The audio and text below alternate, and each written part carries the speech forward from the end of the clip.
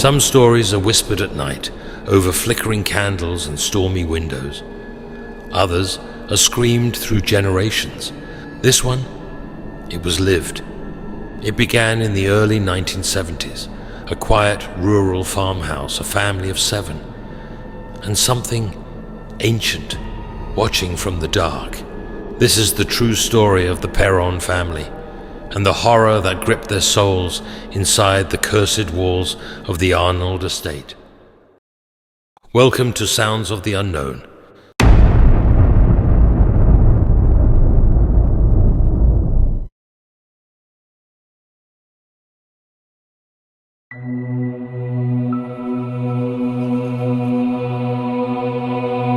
January 1971, Harrisville, Rhode Island.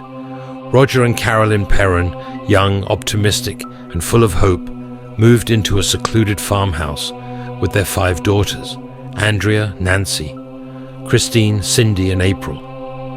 The house was old, weathered, built in 1736, a place with history etched into its beams and secrets buried deep beneath its floors. Carolyn felt at first subtle, strange, as if the house was breathing. The girls would later say the house changed the moment they walked in, as if something had been waiting, watching, and welcoming them home.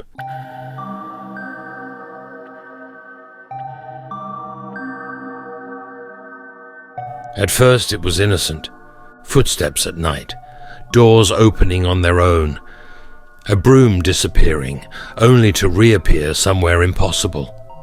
Then the cold spots, the putrid smells that would come and go without reason. April, the youngest, began talking to a new friend. A boy named Oliver, she said. No one could see him.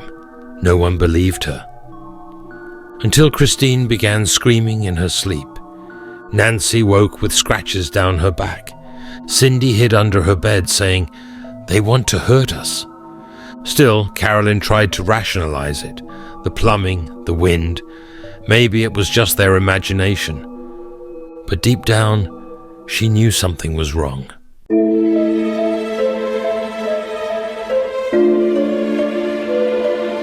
Then the entity made itself known. Carolyn began experiencing strange physical ailments, piercing headaches, sudden nausea. She would black out, only to wake up with bruises. Once, she said, she felt a sharp jab in her leg, like a needle, and found a bloody hole with no explanation. The girls would hear voices, laughter, weeping. And once, something growled. Andrea, the eldest, remembers nights where the room temperature would plummet, ice forming on the windows from the inside, and a foul stench like rotting flesh. That's when she saw her, a woman, standing in the corner of her room, head tilted, eyes black, mouth sewn shut.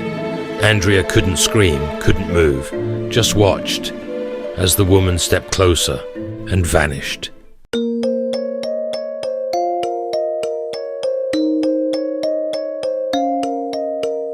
The family learned the house had once belonged to Bathsheba Sherman, a rumored witch from the 1800s.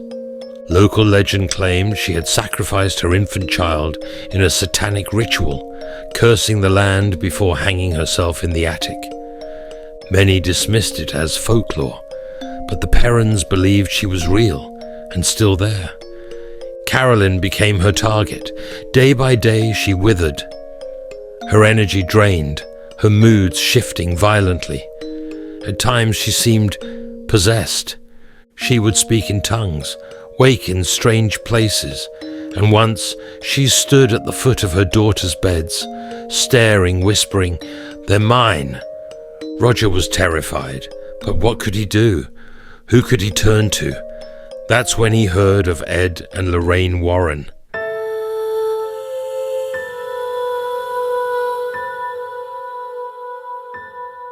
The Warrens were renowned paranormal investigators, demonologist and clairvoyant, the real deal. They arrived with caution. Lorraine stepped inside, took one look at Carolyn, and said, Something is feeding off her. It wants her soul. They brought equipment, cameras, recorders, holy water, but the house resisted. One night, during a séance led by the Warrens, Carolyn was violently thrown across the room. Her body arched, her eyes rolled back. She growled in a voice not her own. The girls screamed. Roger lunged. Lorraine cried out, "It's not just Bathsheba. There are many."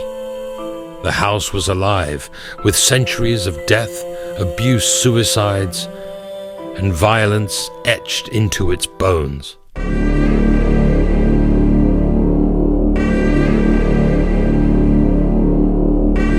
After the séance, Roger, shaken and furious, demanded the Warrens leave. He feared they'd only stirred things worse, but the damage was done. Carolyn became distant, disconnected. The girls were terrified, constantly looking over their shoulders, sleeping in pairs. Andrea later wrote, "There were nights the house would breathe with us. It knew when we were scared, and it liked it." The Perrons endured the haunting for nearly a decade. Why didn't they leave? They couldn't afford to. They were trapped by finances and fear. It wasn't a movie. There was no clean ending, no dramatic exorcism, just survival. Over time, the activity faded. As the children grew older, the presence seemed to lose power, but it never really left.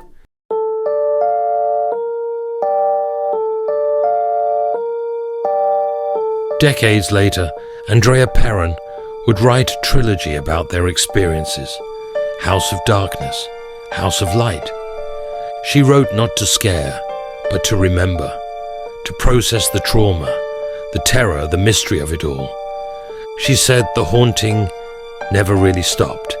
It simply followed them in different ways. The Arnold Estate still stands. New families have lived there.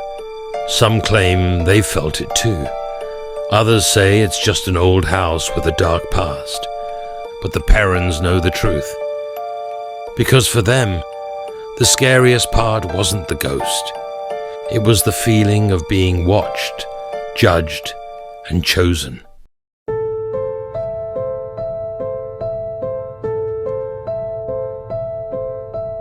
Some houses carry memories, others carry scars.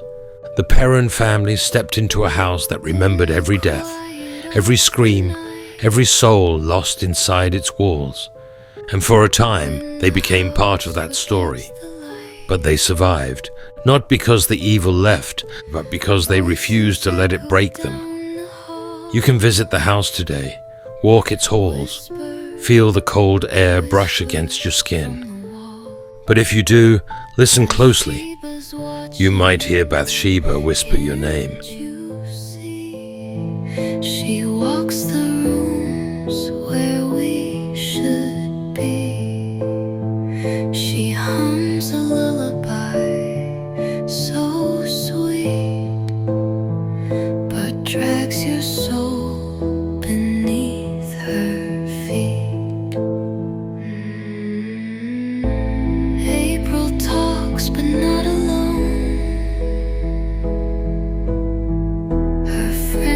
Skin as cold as stone.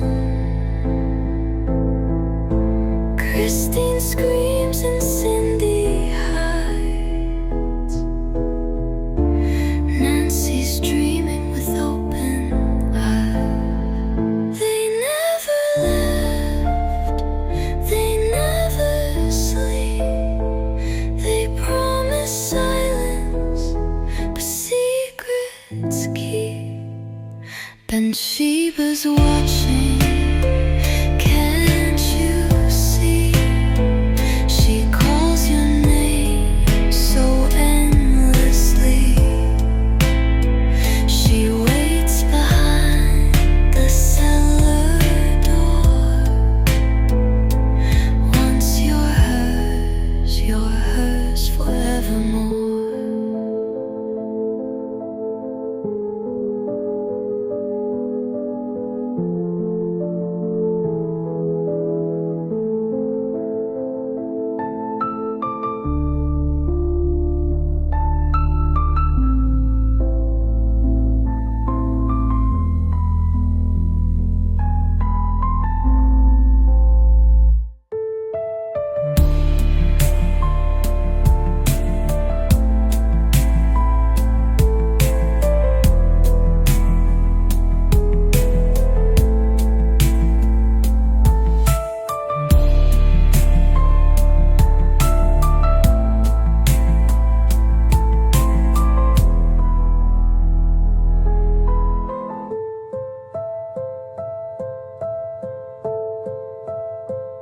They never left, they never sleep. They promise silence, but secrets keep. Bathsheba's watching, can't you see? She